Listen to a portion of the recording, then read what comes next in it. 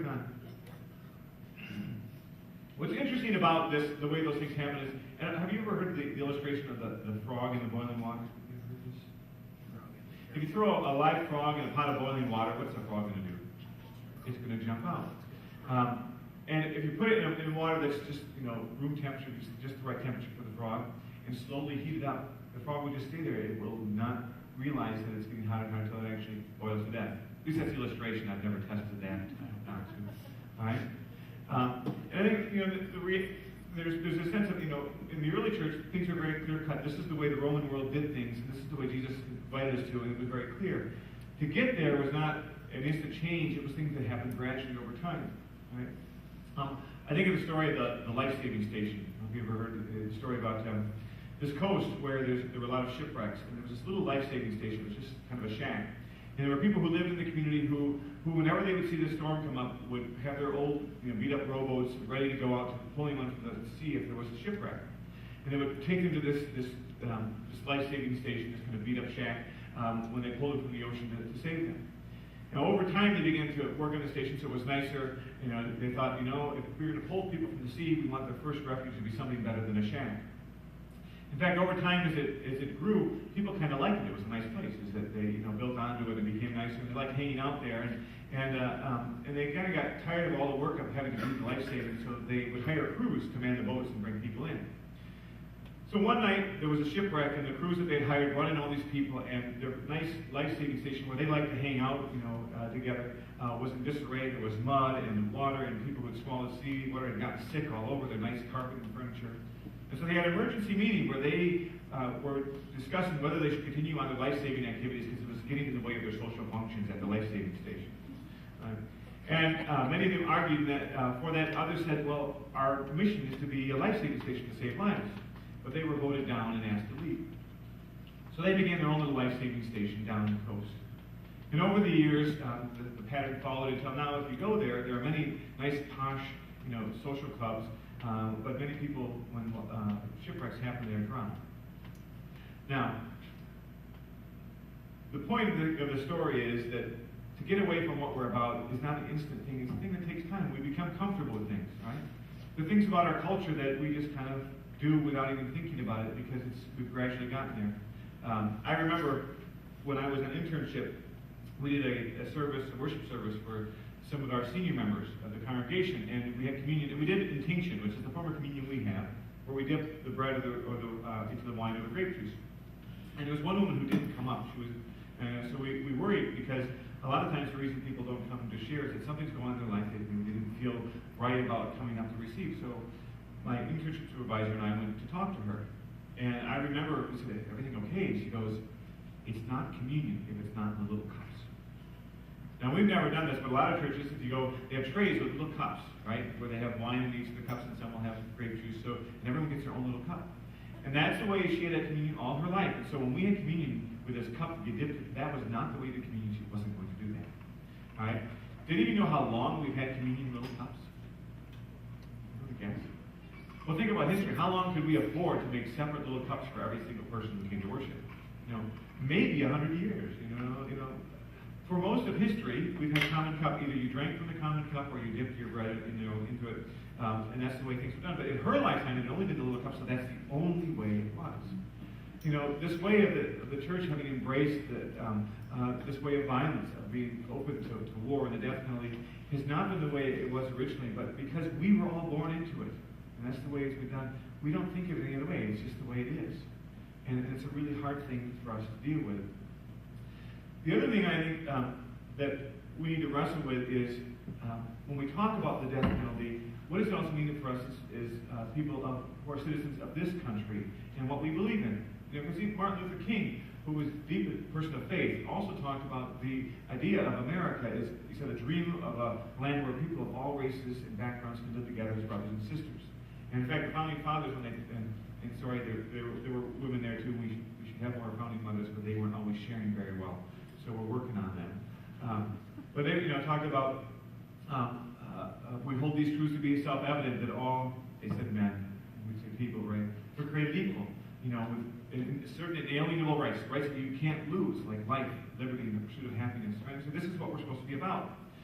I don't think most of us even think about the death penalty. We talk about is it right or is it wrong, but the other thing we're going to talk about is how is it used in our country. And I want to bring up some things that I think we need to wrestle with. First off, when we talk about the death penalty in the U.S., we need to talk about the death penalty in race. All right? Next. A study in Philadelphia shows that the odds of receiving the death penalty are 4 times higher if you are black. All right? Another study of the death penalty in the whole U.S. concludes that the key decision makers are exclusively white men. So next. In fact, 98% of chief district attorneys in counties using the death penalty are white. 1% are black. Next one. Reviews of the death penalty have been conducted in every state with the death penalty, and, click on, 96% of them found a pattern of either race of victim or race of defendant discrimination. Basically saying, you're more likely to be executed if you're black and your victim is white. Or, you're less likely to be executed if you're white and your victim is black. Right? So, and in 96% of the cases, there was the same pattern. Next. Race affects death penalty sentencing more than smoking affects the likelihood of dying from heart disease. Think about that. Next. We're getting there. There we go. A Kentucky study found that 100% of inmates on death row had a white victim, though 1,000 blacks have been murdered since the resumption of the death penalty. Next. Nationally, next one.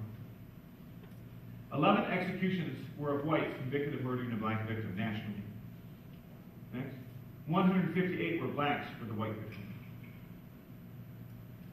We talk about death penalty in economic class. No affluent person has been given the death penalty in U.S. history. No. Yeah. The death penalty in mistaken convictions. In 1991, the Senate Judiciary Committee commissioned a study of 4,600 capital cases in all states with the death penalty between 1973 and 1995, and they concluded that the serious reversible error rate in capital cases is 68%. That's 7 out of 10 cases. Next.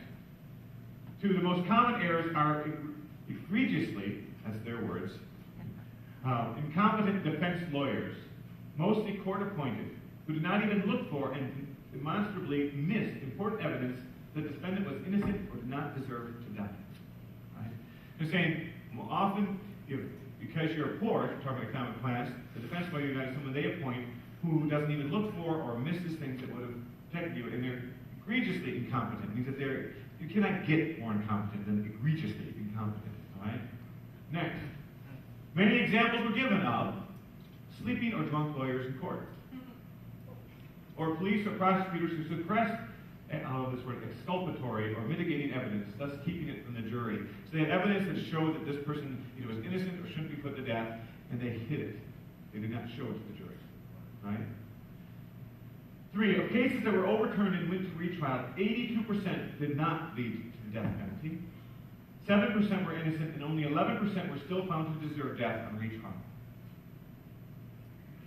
4, error rates were found to be high across the nation. This is very interesting. Next, 24 states had error rates of 52% or higher. Of those, 22 states had error rates of 60% or higher. 15 states had error rates of 70% or higher, and 10 states had error rates of 75% or higher. Next. Since 1900, there have been 416 documented cases of innocent people being convicted and sentenced to death. Right? I just read a book last year. John Grisham, you all heard of John Grisham? His only book that's actually a true story. He wrote about the man in death row who you would not believe the errors and intentional things that were done to put, because they needed someone to put away so people could feel better. The person had absolutely no relation to the crime and was on death row for a number of years. Right?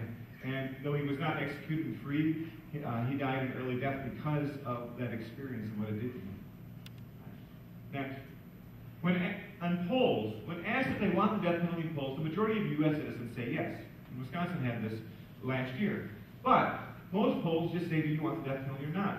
When asked this, if you're given a choice between the death penalty or life in prison without parole, the majority support life in prison. And in polls where you are also given the option of, next, the person in prison, working in prison with their income going to the family of victims, then we support that over the death penalty 2-1.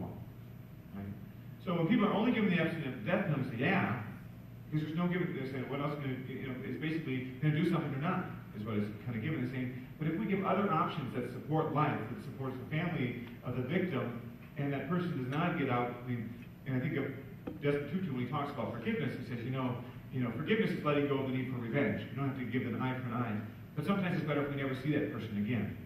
So there's some, there are people who, for whatever reason, should never come out, but we don't have to kill them to do that. Next.